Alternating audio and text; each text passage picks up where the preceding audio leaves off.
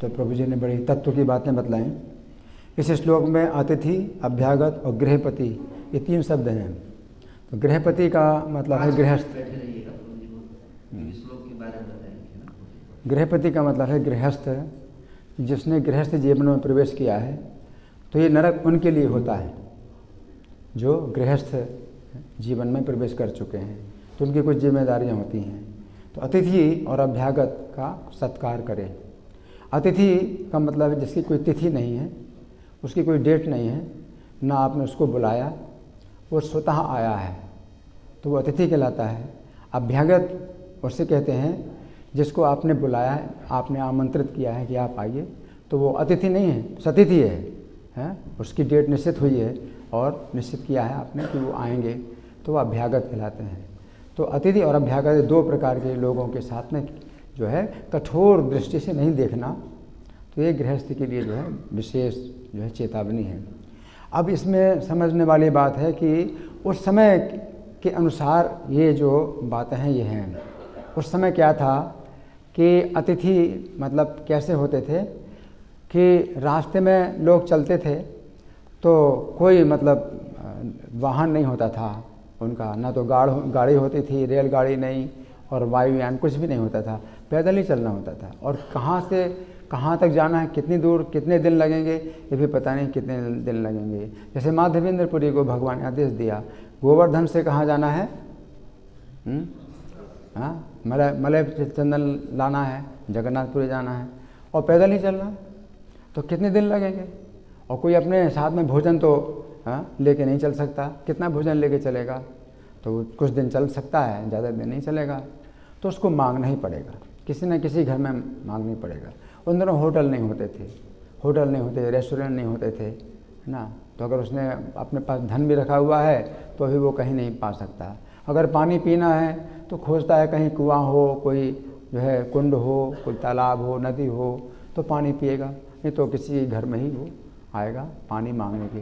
जैसे परीक्षित महाराज है, जंगल में समीप मुनि के आश्रम में आए पानी मांगने की, कोई नहीं मिला उनको, जलाशय नहीं मिला, कोई कुआं नहीं मिला, तो पानी मांगने के लिए आए, तो वो अतिथि। तो गृहस्थ के लिए जो है बहुत बड़ी चेतावनी है कि कोई अतिथि आए। अतिथि का मतलब वही है कि रास्ते में चलता हुआ व्यक्ति, अब उसके लिए और कोई उपाय नहीं है कि अगर वो भूखा है तो वो कहीं से वो भोजन प्राप्त कर सकता है। अगर जंगल में है कहीं फल मिल जाए ठीक है, लेकिन अब रास्ते में है, कोई सड़क जो है शहर में भी गुजर रहा है, तो कोई मतलब होटल कुछ नहीं।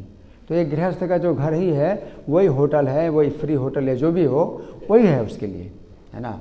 तो गृहस्थ के लिए फिर क्या है कि जो है उसको आप जो है विश्राम दीजिए, लेटने के लिए, सोने के लिए विश्राम दीजिए, बैठने के लिए आसन दीजिए, और पानी की पीने के लिए पानी दीजिए, भोजन खाने के लिए भोजन दीजिए। लेकिन अतिथि का फिर मतलब वो है कि वो फिर रहेगा नहीं आपके यहाँ, उससे फिर ये आशा नहीं कि ऐसे भी वो रहने लगे आपके यहाँ, तो वो अतिथि नहीं है। अतिथि मतलब उसका रास्ते में जो है उसकी जो आवश्यकताएं हुई, जो परेशानी हुई, थकान मिटाने के लिए जो है वो उसको बैठा दिए, और आप नहीं कुछ कर सकते तो मीठी वाणी से आप उसका जो है कम से कम सत्कार करेंगे, क्षमा करना, मेरे पास जो है जगह नहीं, बैठने की भी जगह नहीं तो आप कम से कम बैठा दो, सोने के लिए या आराम करने के लिए कुछ दे दो। तो ये जो है मतलब गृहस्थ का जो है बहुत बड़ी चेतावनी है इसके लिए। और इस समय जो है वो स्थिति नहीं है, अब इस समय कोई अतिथि नहीं होता, क्योंकि इस समय सब जो है यात्राएं होती हैं, सब डेट निश्चित है, और किस समय चलेंगे, किस समय वहाँ पहुँचेंगे, सब कुछ है, और कहाँ खाने पीने का सब जो है हर जगह इंतजाम रहता है। अब कोई अतिथि नहीं है ना।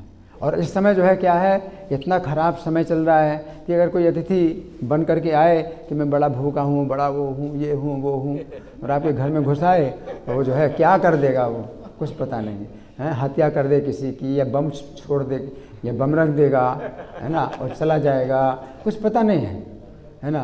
तो अब इस समय जो है वो चीज़ नहीं है। और जो सड़क के जो भिखारी हैं वो भी अतिथि नहीं है कि वो जो है उन्होंने धंधा बना लिया है मांगने का, तो रोज़ खाने के लिए आ जाएंगे, तो वो अतिथि नहीं है।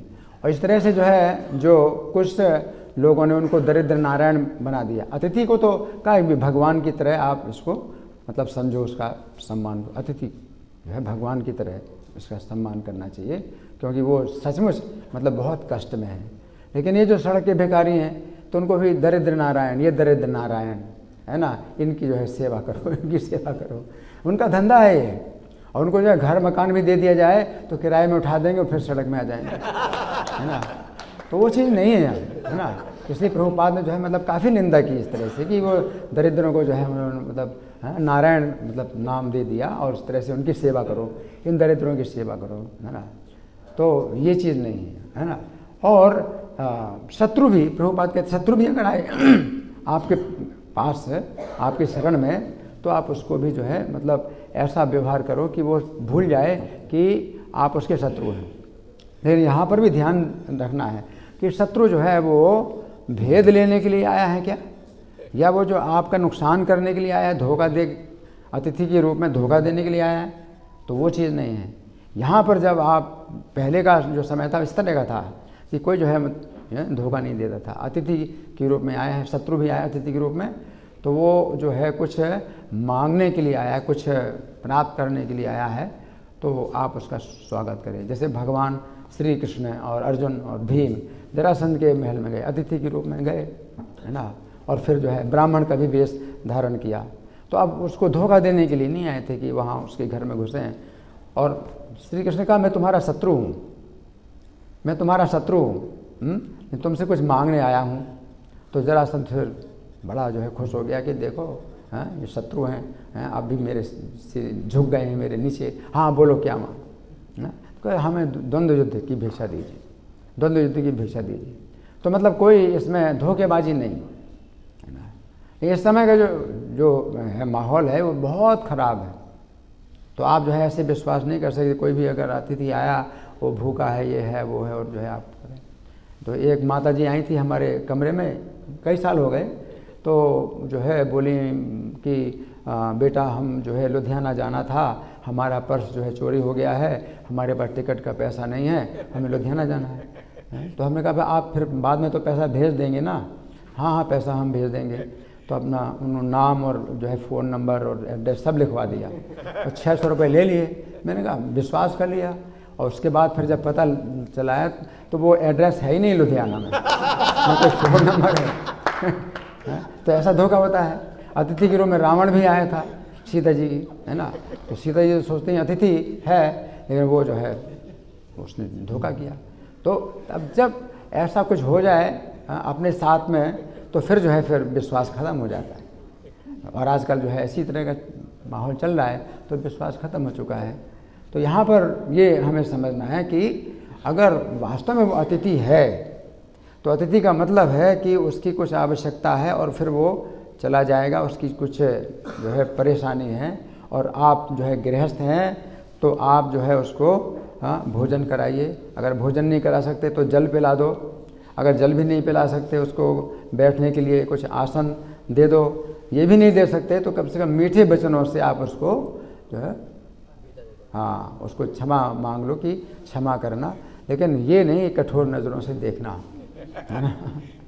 तो यहाँ पर ये मतलब समझने वाली बात है कि जो है कठोर नज़रों से नहीं देखना, क्योंकि वो पहले से ही वो परेशान है, वो बहुत परेशानी में है।